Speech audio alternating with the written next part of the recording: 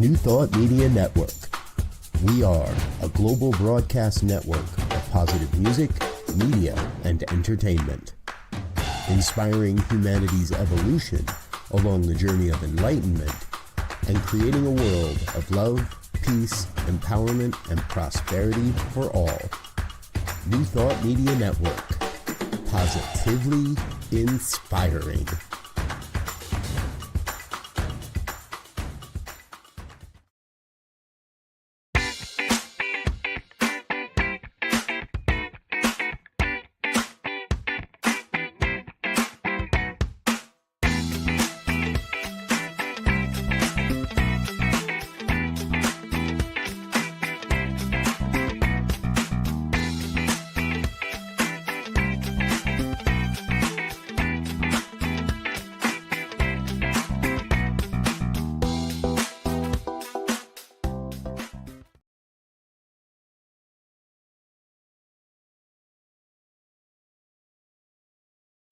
Please help us say thank you to all of our organizational sponsors, including the Hefferland Foundation, Affiliated New Thought Network, International New Thought Alliance, Science of Mind Archives and Library Foundation, Center for Spiritual Living Denver, Center for Spiritual Living Midtown, New Thought Philadelphia, Center for Spiritual Living United Life, Sunshine Cathedral, Planned Happiness Institute, Summit Center for Spiritual Living, One Heart Retreats, Universal Joy Center, Unity Kitchener, Unity Spiritual Center Ottawa, Home Center for Spiritual Living, Satya Center, Begin Within Ministries, Center for Spiritual Living North Jersey, Unity of Savannah, and the Center for Spiritual Living Seattle, as well as all of our individual donors. On behalf of New Thought Media Network, thank you, and please like, share, and subscribe. New Thought Media Network, come be you.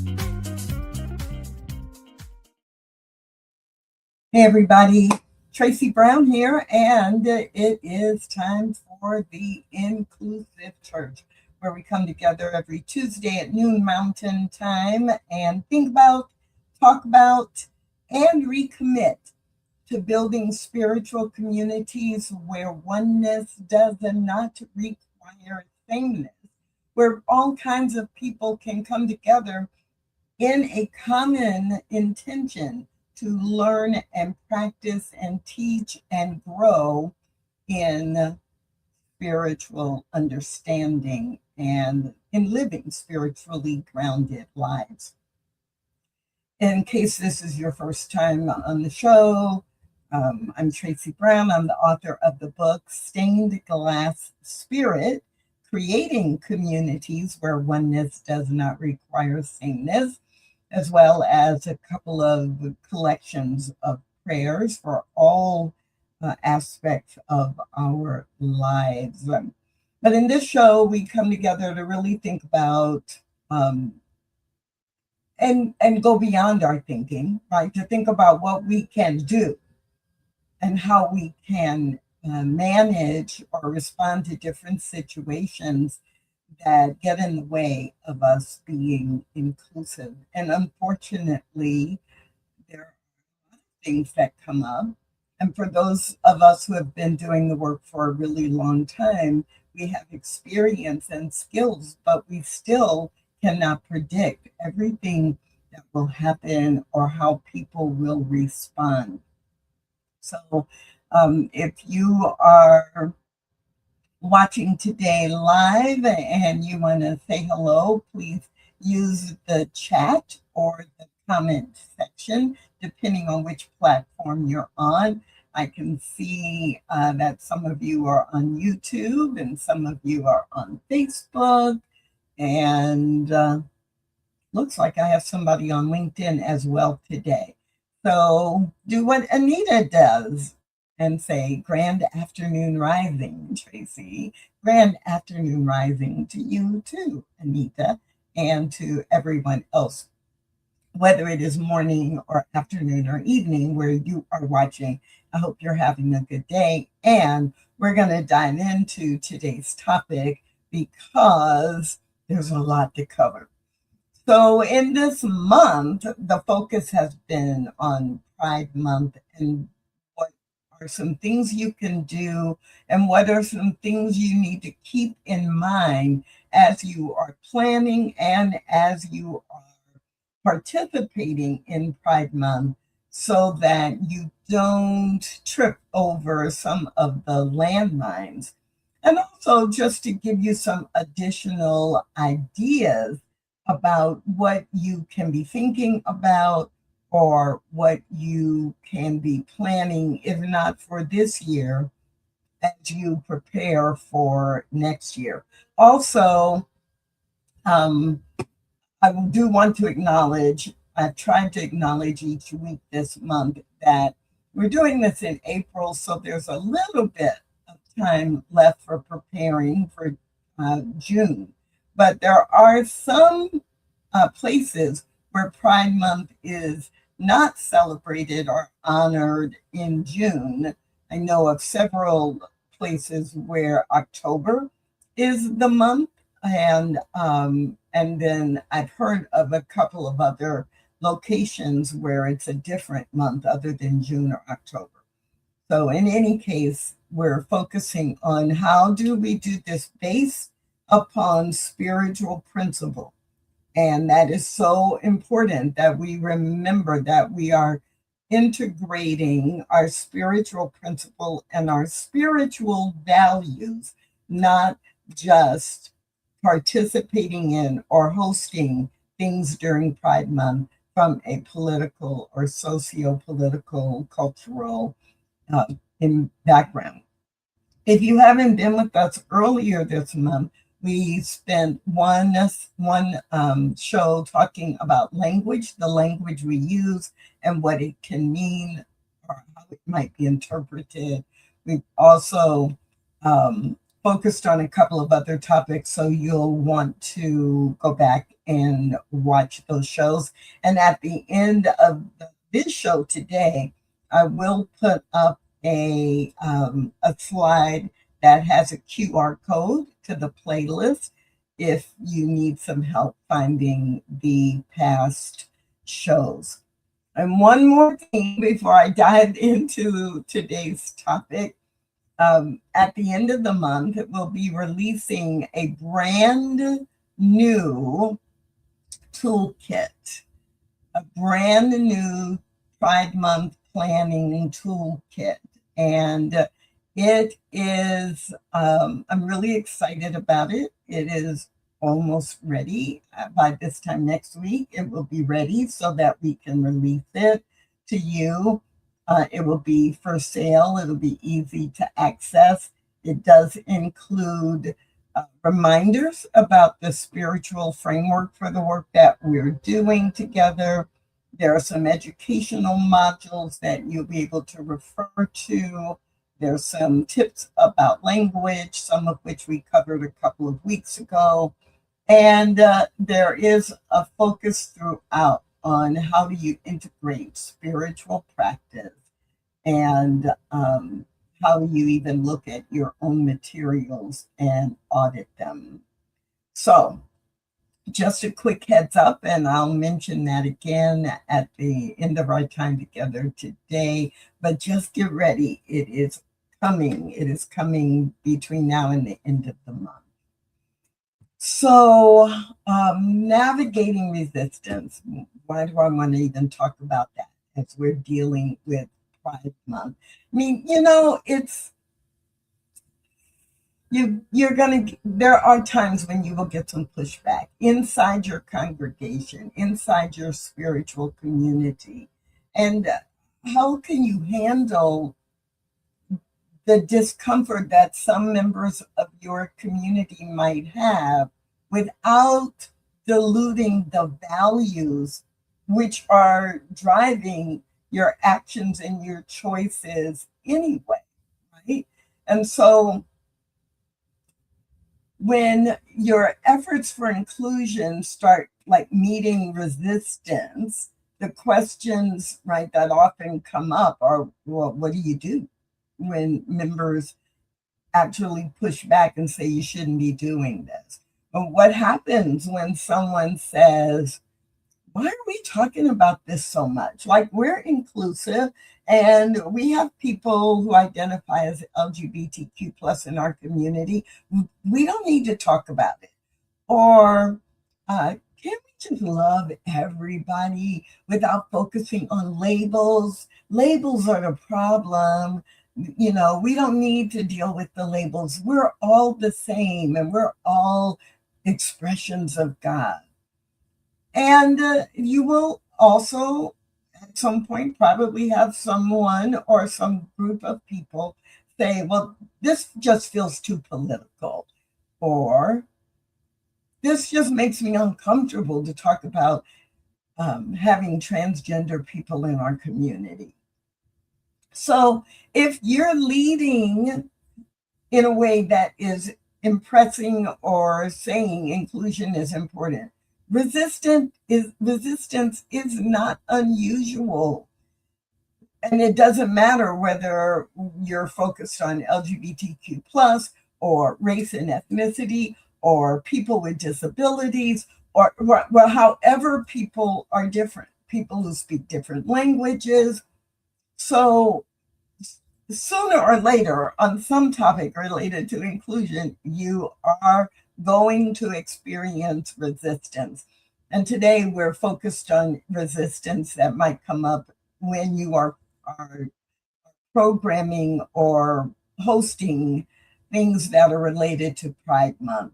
But the reality is there is going to be resistance sooner or later. So you can't avoid people being uncomfortable. In fact, the fact that folks are uncomfortable is really telling you you're doing something right. So the goal is to lead the community through the discomfort without abandoning your values, without abandoning your commitment to be inclusive. And so that's what we're going to talk about, or that's what I'm going to talk about for the next 15 or 20 minutes. So this resistance really is information. It does not mean that you have failed or that you are failing or that you're doing something wrong, right? So shift your brain a little bit to remember, oh, when someone complains or maybe attendance shifts, these are indicators. Someone who's a reliable donor or a donor you rely on a lot and has been very vocal and involved, and maybe they get quiet. A longtime member sends you an email, right? They saw you on Sunday and they didn't say anything, but then on Tuesday you get this email because they didn't feel comfortable speaking in the moment. So you will have people on your leadership team or ministry team members who their gut reaction will be, maybe we're moving too fast. Maybe we should tone it down a little bit. Maybe we should wait till next year to finish out what we had planned for this for the rest of the month. Like, let's just table it till next year. And if you were to call me and jump on Zoom and ask me like for advice, I would say, well, no, you probably don't need to tone it down because resistance doesn't mean you're wrong. Resistance doesn't mean that you are doing something wrong. It just means that you are requiring people to grow, and maybe you didn't plan enough that prepares them for where you're taking them. Think about it in your own life. When you have had the most growth, it wasn't always comfortable, even when it was something you wanted to do, but you had to learn something new, or you had to practice some new skills, or you had to reach out for help. Like, that's not always comfortable, but that doesn't mean you're not willing to tough it out, or you're not willing to learn the new things, or you're not willing to grow into it. So your community also must grow into being inclusive and demonstrating inclusion with all the different topics, right? We've talked about so many different areas of diversity, so many different ways that we want to be inclusive. And so you remind people. That's really what you want to do. You're going to remind people of what we teach in New Thought. You're going to remind people of your church's commitment to inclusion, and you are going to provide some support to help those who are not comfortable to get more comfortable. Like, don't make them wrong for being uncomfortable. One of the examples of what not to do is a leader learned that there were members who were completely, well, I won't say completely against, because that's probably not true. But they were having some strong negative reactions to what they were being told and what they were being exposed to and what they were being encouraged to do as members of this New Thought community.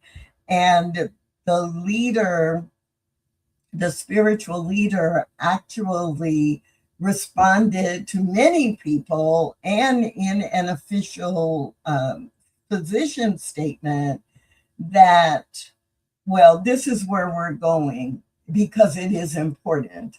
And if you're not on board, maybe this isn't the right place for you. Right? Because we're going here. So you might as well, you either get on board with us because we know this is right, or you go find somewhere else. Now, they didn't say those words, go find someone somewhere else, but they did say, you know, this is the direction. This is an expression of our spiritual values, and, you know, you need to get on board with it. You need to get up to speed because we're not turning back. And, you know, I can imagine that there might be at some point a statement that reflects that attitude, even if it might not be quite that strong. But when you are introducing something new or taking your initiatives to the next level, that's not the time for that kind of statement, especially when you're saying your intention is to be inclusive. So how do you bring them along? How do you find out what questions they have? How do you get specific about where their discomfort is so you even know what information to share or what information to provide, what resources to provide? So simply cutting them off and saying, you need to get on board, this is what we're doing, is not an effective leadership strategy. It's not an effective growth strategy. So in New Thought, we teach that consciousness evolves. Consciousness evolves. evolution, any way you look at it, requires disruption of some kind. We are disrupting an old pattern and replacing it with new habits, new behaviors, which become new habits, which then become the new experience or the next expression of consciousness. So when inclusion creates tension, don't panic. You don't have to panic. Instead, pay attention. Pay attention to the specifics of the resistance, because all the resistance is information. So it's information. It tells you what teaching is needed. It tells you where the fear is active and what spiritual practice might be needed to reduce that fear or to replace that fear with something else. It tells you where you as a leader need to be more clear. There's a lack of clarity, or people's perceptions are different from what your intentions. So the impact doesn't match what you intended to have happen. Use the information in order to decide your next steps, or in order to support the direction that you've decided to go. Discomfort is not danger. Yes, I'm pausing so you can take that in. Discomfort is not danger. If there are congregants who are uncomfortable, it doesn't mean they are your enemies. If they are uncomfortable, it doesn't mean they are likely to leave necessarily. I mean, there may be some, but in that discomfort is not danger in terms of threatening your congregation or the direction that you're going. Not everyone who's uncomfortable is being harmed or hurt. More often than not, uncomfortable means unclear, or uncomfortable means I don't have enough information. Uncomfortable means I don't understand the link between what we teach spiritually and what you're saying verbally. So, what do? Right? Let me start with what you don't do. I've got like 8 things going through my mind, and let me see what comes out first. So, a mistake that many make is that they get pushed back, so then they become really vague. We welcome everyone, without naming any specific groups or without naming who has been excluded in the past. And it just becomes kind of vague and weak. And if we go back to when I talked about your language, it just sends a fuzzy message and nobody gets it. And then you don't understand why nobody gets it.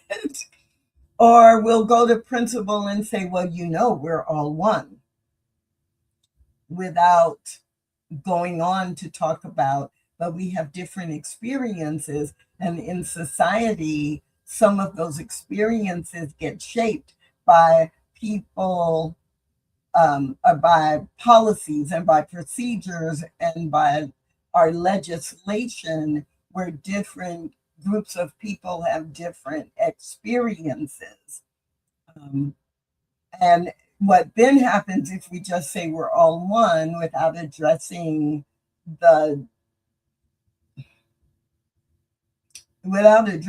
fact that we're not all the same, then that's why people do get confused and say we don't need to talk about differences because we're all one means we're all the same. And it does not mean that. So if in your community you have not been making the distinction, then the more you do with inclusion and the more you call out different cultural groups, different age groups, different abilities groups, then you're going to get a lot of pushback. a lot of pushback. No, we're all the same. Don't talk about any labels. Those are human labels. They're bad. No, labels or descriptors are not bad. They're just descriptors. And that's a whole nother conversation. Tracy, do not get on your soapbox on that one today. There'll be another day. People will say, well, if we talk about this, we're just dividing people. Well, silence is what protects that division. So, vagueness in your messaging and in your language does not lead to unity. It leads to sometimes apathy. It leads to sometimes ignorance, not in terms of a negative label, but just I'm ignorant of the ways that different types of people are different from me because we never talk about it. Most often, vagueness is simply a demonstration of avoidance. I don't want to make people uncomfortable, so I'll just avoid talking about that difference. Now, the moment that you decided or that your leadership team decided to honor Pride Month, you basically let go of any justification for not being specific or not being not articulating. You gave up that option because you said we're going to honor Pride Month. We are going to honor people who identify as LGBTQ plus.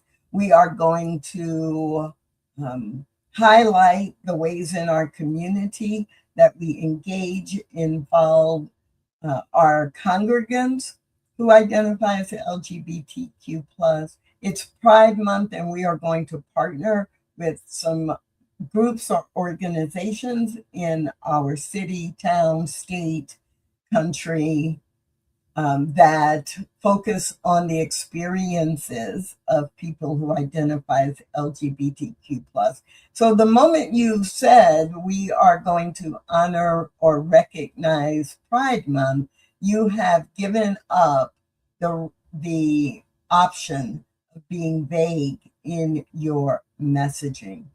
So what are some examples of messaging or things that you might want to think about saying?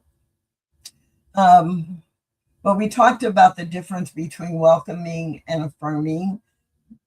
So in a previous week, so you might talk about that, or you might use we both welcome and affirm people who identify as LGBTQ plus. We affirm LGBTQ plus people as full expressions of the divine. In our church, we do not tolerate language or behavior that diminishes anyone's humanity. What else comes to mind? Our spiritual principles require us to practice inclusion, not just talk about it. Those are just examples, like off the top of my head, about that have clarity.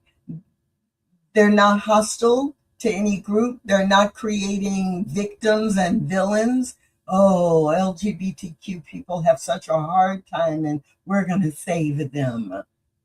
Stop it. So you want clarity. You are prepared that there may be some people who disagree with it, but you've been clear about where you stand or why you are doing what you are doing. And it's okay for people to disagree because they know exactly what they're disagreeing with. So you may still have some resistance. So let me spend about 5 minutes on what are some things that you can do once the resistance shows up. Sure, you want to look at the why and you want to look at your languaging. But let me see if I can come up with 2 or 3 examples in 5 minutes. So if someone says, why are we focusing on this, right? Like, well, why are we focusing on this? The answer is not because it's Pride Month, because what does that mean, right? And what does that mean specifically to you?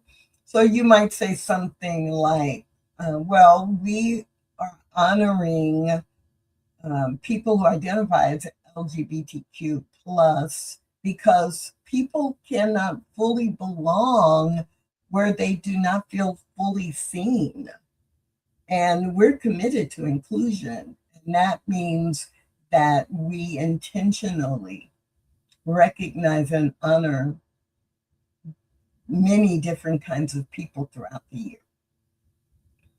I mean, I'm not trying to give you a script, but just that's a way. That's a way to respond. Invariably, if you are meeting resistance, someone is going to say, well, this feels political. And, I come to church on Sunday because I want to get away from the messiness of politics in the world. It's so divisive, all of that kind of thing. Possible responses in the vein of, well, human dignity is not politics. And we're a spiritual community that's been called to be examples of love, be an example of belonging, be an example of unity and harmony.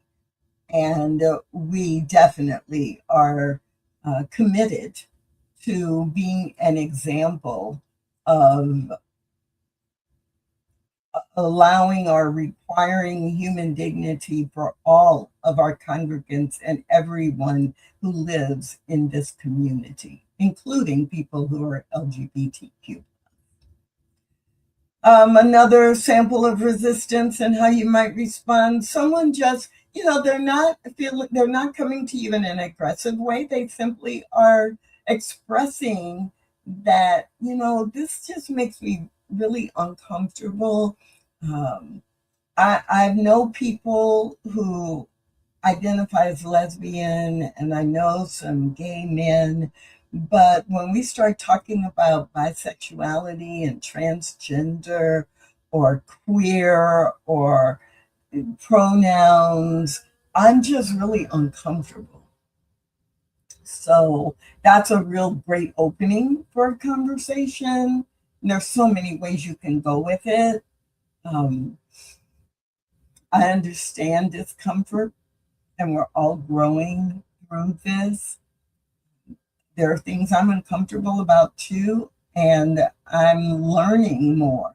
And the more I learn, the more comfort I get. So, are you willing to be in the discomfort zone, like outside of your comfort zone for a while? And what, resources can I provide? Or what if I could provide you some resources that would give you more learning, and then we could talk about this again in a few months. You could also, if you are a leader in a group, or if you are the minister or a leader in your church, you could even go so far, depending on your community. Our role as my role as in practicing and teaching science of mind is not to protect comfort. Right? My responsibility for myself and to encourage others is to establish maturity in the use of the principles. Right? So depending on how long you've been doing it, how well you know the person, you might actually go to. Comfort is highly overrated. If we are going to grow toward our vision of being radically inclusive, then all of us are going to experience some discomfort at some time. Let's clarify the discomfort and then find more information or more practice to get through it together. I already talked a little bit about division, other things that come up a lot with resistance. We already welcome everyone. I mentioned that. both that we already welcome everyone, everyone's welcome here, and we shouldn't talk about this, it divides people. I think all three of those really are opportunities for us to get back to action, right? Yes, we welcome everybody, but welcoming is not just an idea or an emotion, it's what we do in our behavior. And, this month we're focusing on welcoming, making sure that we are welcoming and then affirming people who identify in these communities. Or it's causing division. Like, that's really interesting because we are committed to demonstrating unity and harmony. So let's get beyond the division by what we do. How do we apply what we know about healing division in this case? So those are some off the top of my head ideas about things you might want to keep in mind, how you can articulate or how you can respond verbally. And I just want to remind you and me too that it's a process. So we're all at different places on the continuum. And where I am may not be where you are. So if you are the one expressing concern or discomfort, to me, I can't expect that you will be where I am. But I do need to hold you accountable for moving a little bit further on your scale rather than just implying that you should think everything I think and believe everything I believe. And then finally, am I bringing it back over and over again to spiritual values, spiritual principles, spiritual beliefs? And if you have watched the show for any amount of time, more than a dozen times, then you already know I'm going to emphasize again and again. Redirect yourself and others to spiritual principle. Return to principle. No matter what's going on in the news, that's not your motivation. What does love require here? What does unity look like in practice? How does our theology support or require us to behave in a way that ensures dignity and respect for all people? Keep the conversation around or grounded in your spiritual principles. Keep going back to it over and over so that people don't misinterpret it as it's just, oh, that's just Tracy's personal thing. She cares about that. So we just, when she's in the room, we'll talk about this, or we'll let her talk about it, because when she leaves, then we don't have to pay attention to it anymore. So it can't be personal, it has to be principle, and it has to be in alignment with what you teach in your church about spiritual truth. So that's really all the time I have. There's so much that I could talk about related to this because unfortunately, there's a lot of resistance that I have seen, experienced, or coached people through.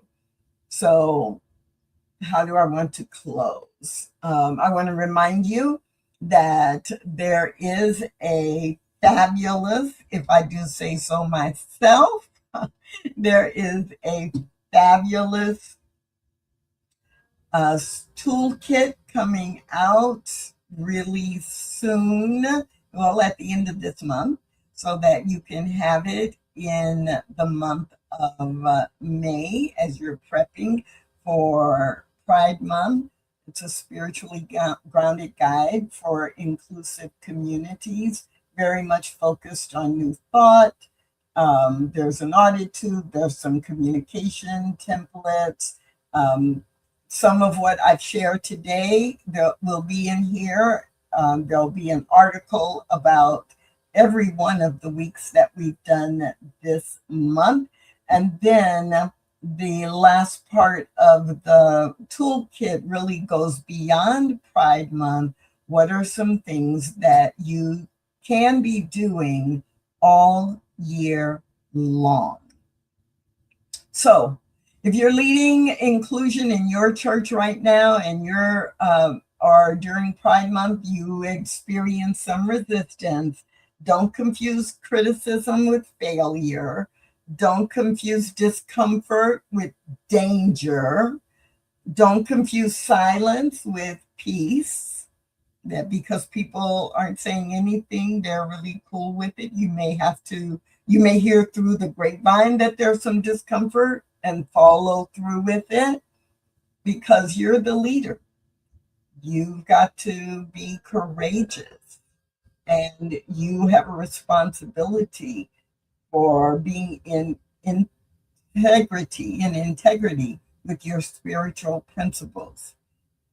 All of us want our communities to reflect the divine, to honor the divine as it is expressed in every single person.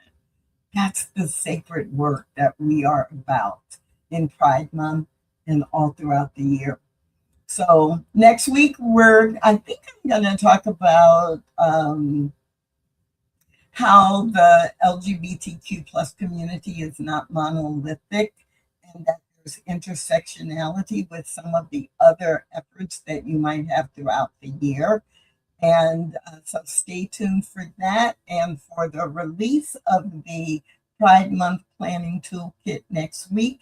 And I hope to see you then every Tuesday right here on the New Thought Media Network at noon Mountain Time. My name is Tracy Brown. See you next week. Thanks for watching The Inclusive Church with Tracy Brown. Join us again next week at 12 noon Mountain Time.